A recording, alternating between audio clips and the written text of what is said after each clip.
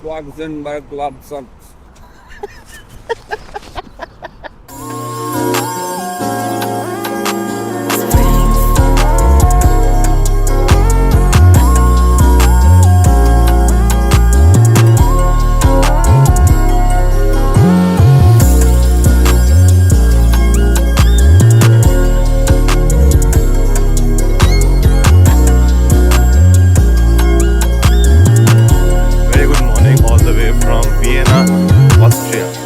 हमारी 4th country trip पे और कल हम पहुंच गए थे शाम को, लेकिन आने के बाद हम में और ताकत नहीं थी कि हम बाहर निकले, घूमे, एक्सप्लोर करें। तो हम बस खाने गए, खा के फिर वापस आके सो गए। बिकॉज अभी भी आज का दिन है।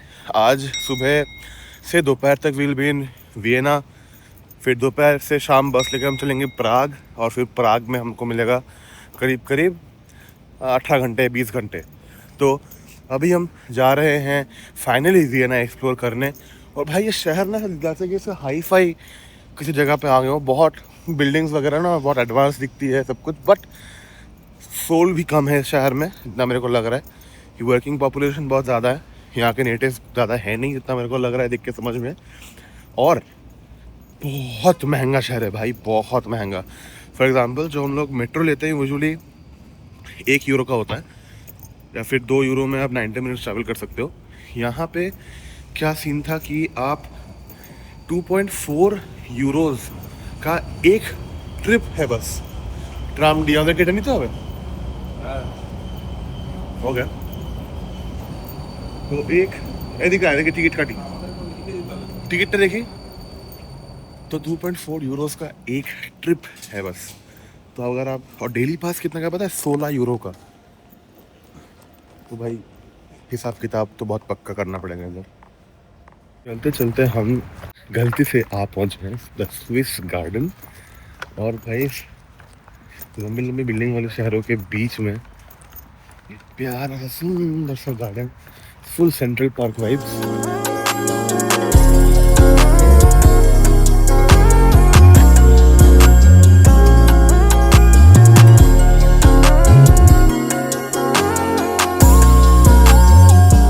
मेरे पीछे अभी जो है that is the Belvedere palace. This is one of the world's most renowned examples of the baroque architecture. ठीक है, अब ये बरोक आर्किटेक्चर है क्या? ये इसका इजाद होता है from Italy. It's an Italian architectural style जो फोकस करता है किसी भी चीज़ के ग्रैंडियर के ऊपर, ब्यूटी के ऊपर, और वो ड्रामेटिक होता है। उसके साथ ही अटेंशन टू डिटेल और इंटीग्रेसीज के ऊपर बहुत ज़्यादा फोकस किया जाता है। तो बरोक आर्किटेक्चर 16th सेंचुरी में इटली से स्प्रेड होना चालू हुआ अक्रॉस यूरोप। और उस बरोक आर्किटेक्चर का one of the best examples to see in Europe is the Belvedere palace. ये पैलेस 18th सेंचुरी का है। करीब करीब बरोक आर्किटेक्चर शुरू होने के 200 साल बाद ये पैलेस खड़ा हुआ अपने पैरों पे। और देखो, to be honest, Victoria Memorial ज़्यादा सुंदर दिखता है।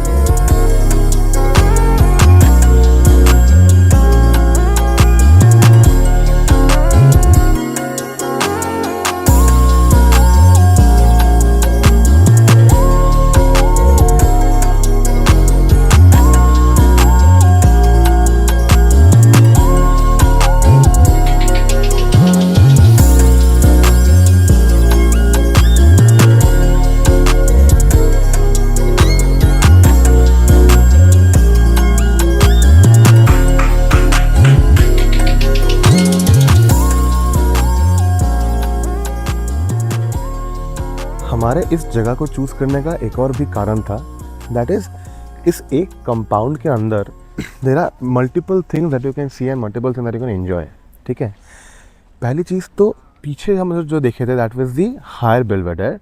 और ये जो पीछे जो बिल्डिंग है, ठीक है, एक और देखना कासल टाइप का है, थोड़ा क्रीम कलर का ऊपर with red top, that is also part of this palace, of this castle palace, और उसका नाम है द लोअर बेलवेडर।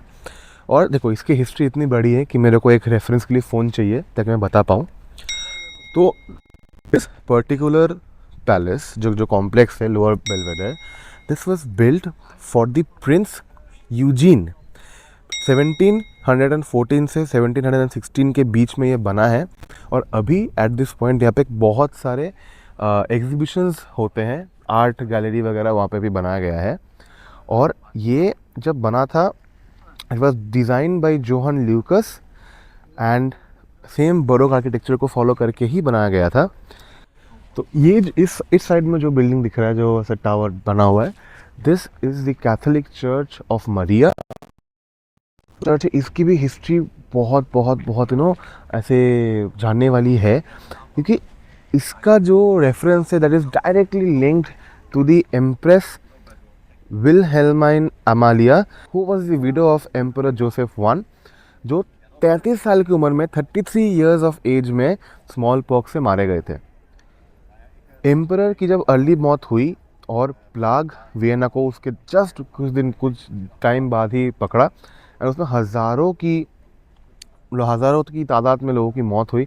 उसके बाद जो एम्प्रेस थी, शी डिसाइडेड कि वो कॉन्वेंट में चले जाएंगी।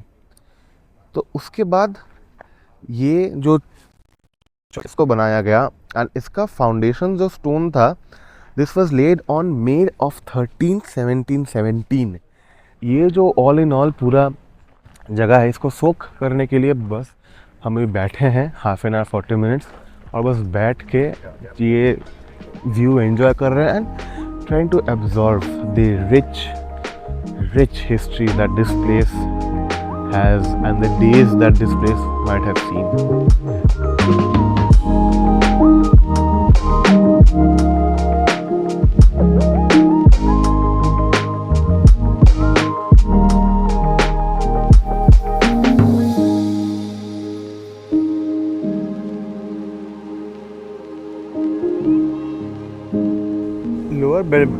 लोअर बेलवेडेर पैलेस के साइड से निकलने के जस्ट बाद हमें दिखा ये बहुत बहुत खूबसूरत सा एक फाउंटेन, और उसके साथ ये एक मेमोरियल टाइप का बना है पीछे। और मेरे को लगा यार, ये तो कोई भी ऐसी चीज़ बिना किसी कारण के करते नहीं है, उसका क्या कहानी हो सकता है। तो मैंने पढ़ा, एम्परर जोसेफ I ने ये 1873 में बनाया था, according to somebody who wrote it on Google reviews. किसी की हिस्ट्री नहीं मिला मेरे को उतना डिटेल में, तो उन्होंने ये बनाया था 1873 में ये fountain to celebrate the first pipeline system, high water pipeline system that was made in Vienna. उसको सेलिब्रेट करने के लिए ये फाउंटेन उन्होंने बनाया। और ये तो भाई मेरे को लग रहा है थोड़े सालों बाद बनाएगी, कि इसका हिस्ट्री मेरे को नहीं मिला देखने को एग्जैक्टली। बट बीचों बीच स्क्वायर में ये यहाँ पे ये फाउंटेन है, जो पब्लिक एंटरटेनमेंट और इरिगेशन पर्पज़ के लिए एक टाइम में बनाया गया था। और इसका भाई खासियत ये है कि इसको ना, जैसे यहाँ पे देख रहे हो ऊपर एक रेनबो दिख रहा होगा, इस साइड से हम जब देखेंगे तो नीचे भी एक रेनबो दिखता है। तो पैदल घूमो भाई, पैदल हमने कितने सारा जगह देख लिया, आज मज़ा आ गया। ऑस्ट्रिया है भाई एक तो एड्रेस पूछो तो एड्रेस समझ में नहीं आता कि कहाँ जाना है, बोलता है where do you want to go. Austria is not Austria, it's सब Germany. Germany light. Like what? और for a fun fact, Austria airport में apparently there is a different counter which has it written that अगर आप Australia का जगह पे Austria पहुंच गए हो गलती से, तो आपको यहाँ आना। कोথায় আছি সেটা দেখি, এবার কোথায় যাবো সেটাও দেখি। इस एरिया में गोल गोल बहुत सारी चीज़ें हैं देखने को।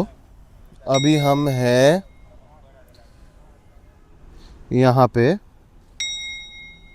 अच्छा, हम कहाँ जा सकते हैं भाई, ब्राइटनेस बढ़ा 2 है, कहाँ जा सकते हैं। अच्छा, हम ये जा सकते हैं, ये क्या है, Saint Charles church, Russell park, metro station, ठीक है, कार्ल्स प्लस मेट्रो स्टेशन से जा सकते हैं आगे।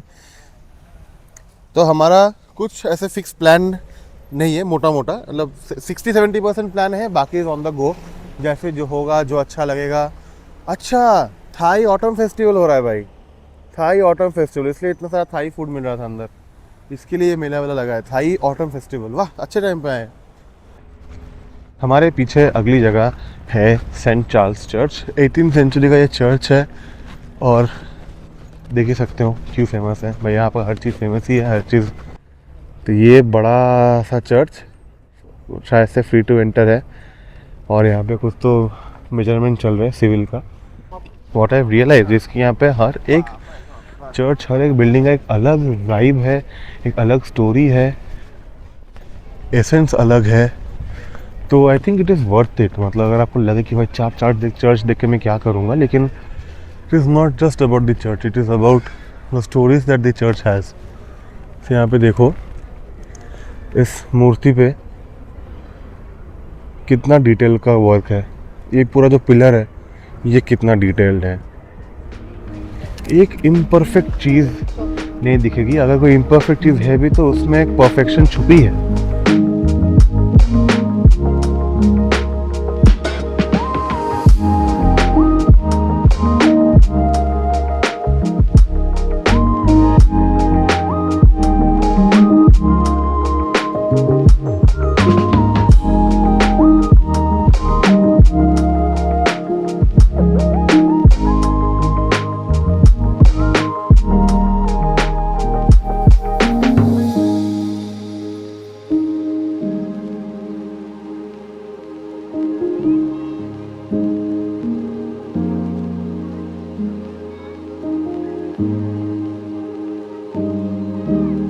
इंटरेस्टिंग चीज़ तो मैंने अभी देखा यार, ये देखो ये होटल है सामने, ठीक है, ये ओपेरा है सामने, लेकिन ये भाई ये पेपर का है, मतलब ये फ्लेक्स है क्योंकि काम चल रहा है। स्कैफोल्डिंग की जगह पे उन्होंने प्रिंट करके एक्चुअल स्केल नहीं लगाया है।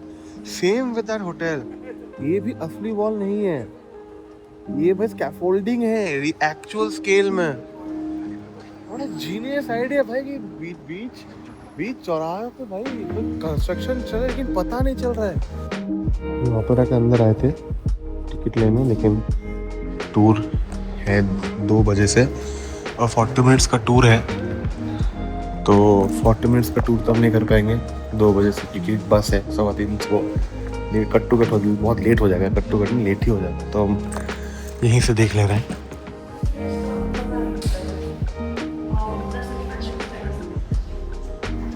हम भाई पानी भरने आए थे यहाँ पे, और एक चीज़ हमने नोटिस करी कि इनके पानी भरने का तो जो इंतज़ाम है ठीक है, इसके साथ यहाँ पे देखो भाई मिस्टिंग होती है भाई।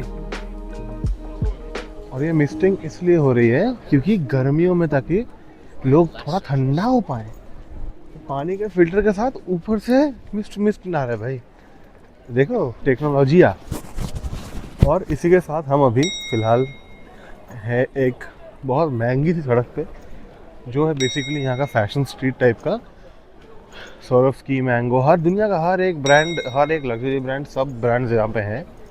क्योंकि हम लोग का देखो ये 5 दिन का ट्रिप का तो हम लोग का ये मोटिव है कि जितना जल्दी ग्राउंड कर सकते हो उतना जल्दी ग्राउंड कवर करें और जस्ट चखें, टेस्ट ले, क्योंकि टेस्टिंग के बाद असली मील खाई जाती है ना।